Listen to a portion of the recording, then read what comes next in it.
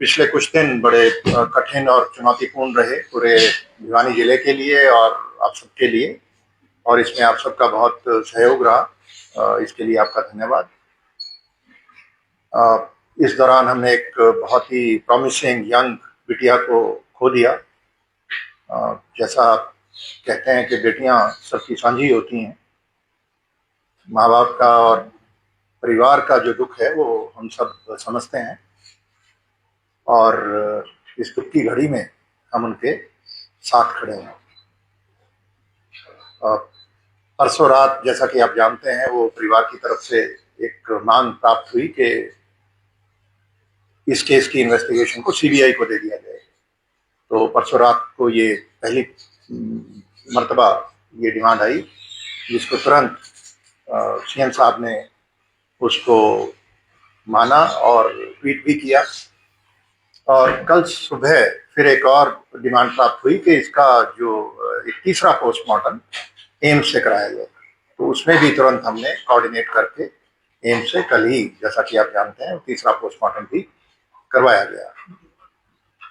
और इस केस के बारे में आपको पता है कि जो पहला पोस्टमार्टम है वो भिवानी में बोर्ड के माध्यम से करवाया गया था और उसके बाद एहतियातन एक और पोस्टमार्टम पीजीआई रोहतक, जो हमारा सबसे पुराना सबसे रेप्यूटेड हॉस्पिटल है स्टेट में, तो वहाँ से सेकंड पोस्टमार्टम कराया गया।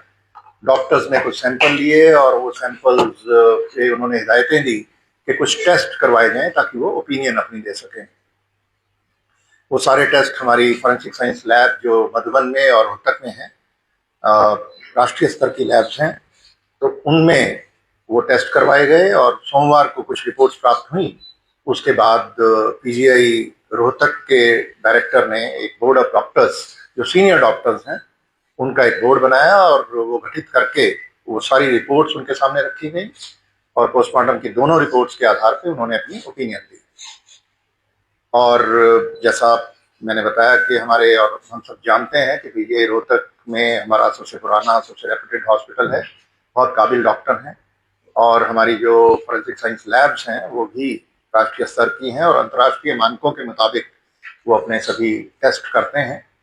तो ये जो निर्णय हुआ सीबीआई को देने का, किसी भी तरीके से कोई उनकी, हमारे जो वैज्ञानिक हैं और जो हमारे डॉक्टर हैं, उनकी निष्ठा और काबिलियत पर कोई प्रश्न चिन्ह नहीं है, बल्कि क्योंकि परिवार की मांग थी और ये ट्रांसपेरेंसी की एक जो कमिटमेंट है सरकार की, उसके तहत कि सब कुछ ट्रांसपेरेंटली किया जाए और जन भावना को ध्यान रखते हुए ये निर्णय लिया गया। और इसमें जैसी परसों रात डिमांड आई, उसको तुरंत मान करके इस केस को जल्दी ही ट्रांसफर कर दिया जाएगा। उसकी एक प्रक्रिया है, वो पूरी करके ये सीबीआई को चला जाएगा।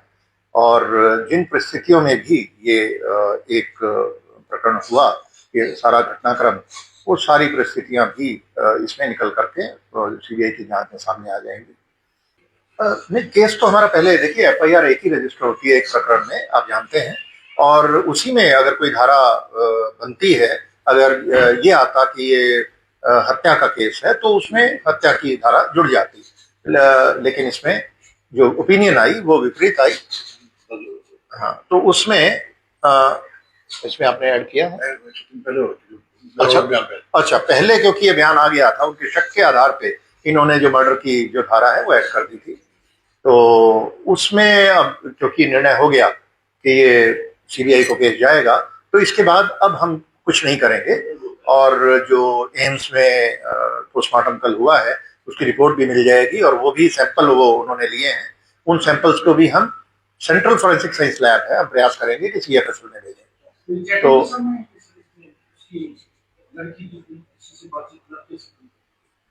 ऐसा है कि वो उन डिटेल्स में अभी जाने का कोई बहुत अभी औचित्य नहीं है कि, लेकिन हाँ, वहाँ पे ये जरूर है कि जैसा कि आप जानते हैं, बात पहले भी आ चुकी कि सुसाइड नोट वहीं पे मिला और जो इंसेक्टिसाइड खरीदने की बात है इसकी, वो भी इसमें आ चुकी है और जो जिस दुकान से ये खरीदा गया उनके बयान भी आ चुके हैं।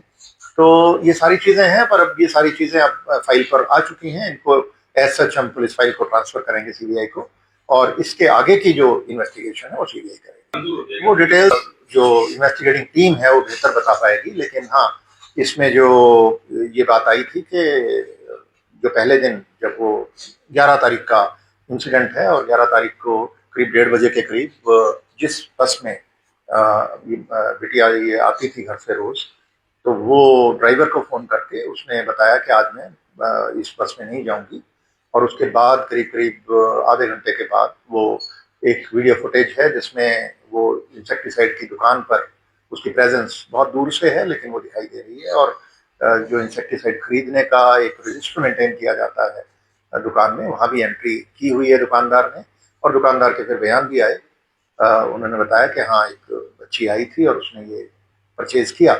और उसके बाद फिर उसके बाद की कोई उस एरिया में कोई सीसीटीवी कैमरे नहीं है, तो उसके बाद की कोई आई विटनेस अकाउंट हमारे पास नहीं है। पर उसके बाद फिर जो 13 तारीख को जब बॉडी मिली और वहाँ पे जो सबसे पहले देखा उस खेत के एक मालिक है, उन्होंने एक लड़का रखा हुआ है अपने, उसने सबसे पहले देखा।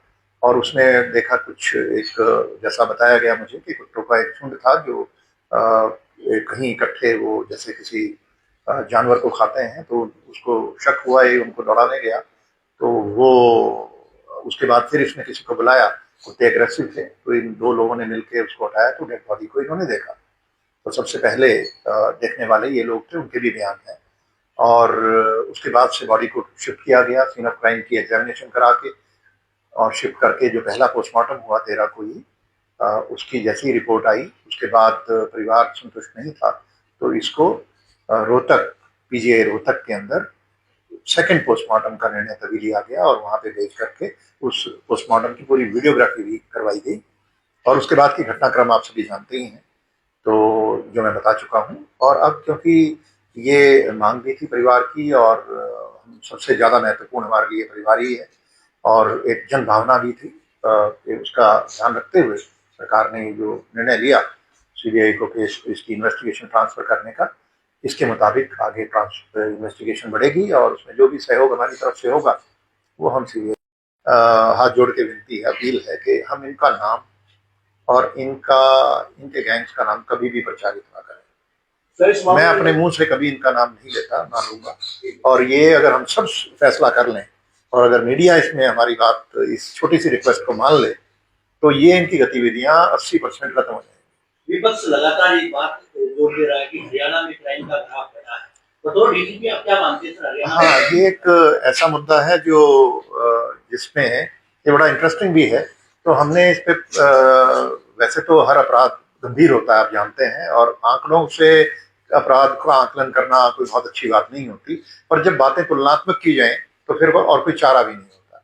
तो अगर तुलना करते हैं हम, तो वो पिछले 2 साल से तो मैं ही देख रहा हूँ, तो मैंने देखा कि हर साल हमारा 20-30% ऐसे हेड्स हैं जहाँ पे जो क्राइम अगेंस्ट वीमेन के, जैसे रेप का एक हेड है और मोलेस्टेशन है, किडनैपिंग और एब्डक्शन का एक हेड होता है, डाउरी डेथ है, तो ये 3-4 हेड होते हैं क्राइम अगेंस्ट वीमेन के। एक वो जो डाउरी से रिलेटेड जो धाराएं हैं, जो हस्बैंड वाइफ वाली, वो उसको हम क्राइम अगेंस्ट घरेलू हिंसा, वो एक अलग चीज है, वो पारिवारिक मामले होते हैं।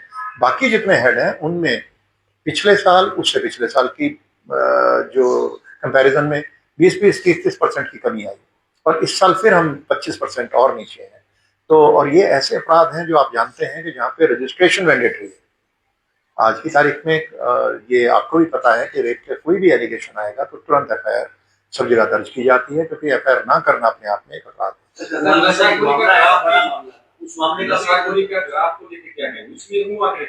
नशाखोरी की बात जहाँ तक करते हैं, हमने जो इसमें तो एक एक्शन प्लान बनाई और हमें ये समझ में आया कि हम गांव को एक यूनिट मान लें, गांव को और वार्ड को शहरी क्षेत्रों में, और इनमें प्रयास करें डोर टू डोर जाके कि जो लोग नशे का शिकार हो गए इनको चिन्हित करके इनका इलाज शुरू कराएं, और अगर कोई बेचता मिलता है तो उसके विरुद्ध कार्रवाई करें। तो इसको हमने एक पैमाने बनाए और अपने लोगों को लास्ट ईयर मैंने कहा सभी अधिकारियों को कि हम गांवों को और वार्डों को नशा मुक्त बनाएं। और जी हाँ, वो सप्लाई चेन के लिए तो जो हमारा पुलिस हर साल काम करती है, करीब 5,500 लोग हर साल गिरफ्तार होते हैं हरियाणा में, करीब 3700-3800 FIR होती हैं एनडीपीएस एक्ट में, तो ये 5-5,500 में करीब करीब 1,000 लोग हैं जो कमर्शियल क्वांटिटी के केसेस में गिरफ्तार किए जाते हैं। और कमर्शियल क्वांटिटी में जो गिरफ्तार होता है एनडीपीएस एक्ट में, उसमें आपको पता है कि 2 साल से पहले जमानत नहीं होती। तो करीब करीब इन 1,000 आदमियों को जब 2 साल, एक आदमी 2,000 साल की सजा तो आपने शुरू में दे दी। तो वो जो सप्लाई साइड के, जैसा आपने पूछा था, तो सप्लाई साइड पे तो ये कार्रवाई चल रही है कई साल से, लेकिन प्रॉब्लम को सही तरीके से अगर हल करना है, हमें डिमांड साइड को भी देखना होगा। तो डिमांड को हम कैसे कम करें, और जो लोग भी इसका प्रयोग करते हैं और इसके चंगुल में फंस चुके हैं, उनको आइडेंटिफाई करके, उन परिवारों को काउंसलिंग करके, उनके साथ खड़े होकर के इन बच्चों का इलाज किसी तरीके से हम कराएं, डी एडिक्शन सेंटर तक पहुंचाएं, या ओपीडी आजकल हमारे सब अस्पतालों में है, डी एडिक्शन सेंटर्स में भी है। तो ओपीडी से ही काफी लोगों को फर्क पड़ जाता है और कुछ लोग काउंसलिंग से भी ठीक हो जाते हैं। तो ये प्रयास हमारा चल रहा है सभी बॉर्डरिंग डिस्ट्रिक्ट्स में, और यहाँ पे भी दादरी में काफी अच्छा काम हुआ, भिवानी में भी पीछे शुरू किया गया है। तो इसको हमने हर जिले में टीम बना रखी है जो डोर टू डोर जाएंगी, गाँवों को, एक एक गाँव को लेकर के डोर टू डोर जाके ये काम करेंगे। तो इसमें हमें कामयाबी कुछ हद तक मिली है, और हमारे अधिकारियों ने करीब 4,000 से ज्यादा गांव ऐसे हैं जो उन्होंने नशा मुक्त अपनी तरफ से घोषित किए। जरूरी नहीं कि वो सारे आज की तारीख में नशा मुक्त हो गए हों, पर अगर 70% भी हो गए तो वो भी एक अचीवमेंट है। और टारगेट हमारा ये है कि हम इसको 70% पे इस साल के अंत तक लेके जाएं। और जो पिछले 4,000 गांव हैं, उनमें अगर कोई छूट गया, कोई ऐसा गांव है जहां अभी भी बच्चे हैं जो नशा करते हैं, तो उनकी रीवेरिफिकेशन का एक मुहिम अभी पिछले 2 महीने पहले शुरू की। एक्स्ट्रा टीमें बनाई गई हैं और उनमें रीवेरीफाई कर रहे हैं, हर डोर टू डोर जाकर के ये देख रहे हैं कि कुछ कोई और, कई बार क्या होता है, कुछ लोग रिलैप्स कर जाते हैं, कुछ नए लोग नशा शुरू कर देते हैं, कुछ नए लोग आके नशा बेचना शुरू कर देते हैं। तो वो सारी चीज़ों का फिर से एक बार रीअसेसमेंट हो जाएगी, एक दोबारा से एफर्ट हो जाएगी। और प्रयास ये है कि हम इसको, संख्या को, जो 4,000 की संख्या है, इस साल के अंत तक 5,000 से बढ़ा के 70% हम लेके जाएं, और बचे हुए 30% फिर अगले साल देखेंगे। एक जो मुद्दा है वो है हमारे फार्मासिस्ट, जो ये दवा की दुकानें हैं, यहाँ से कुछ ऐसी टेबलेट्स हैं, ऐसी दवाइयाँ हैं जो नशे के लिए इस्तेमाल होती हैं,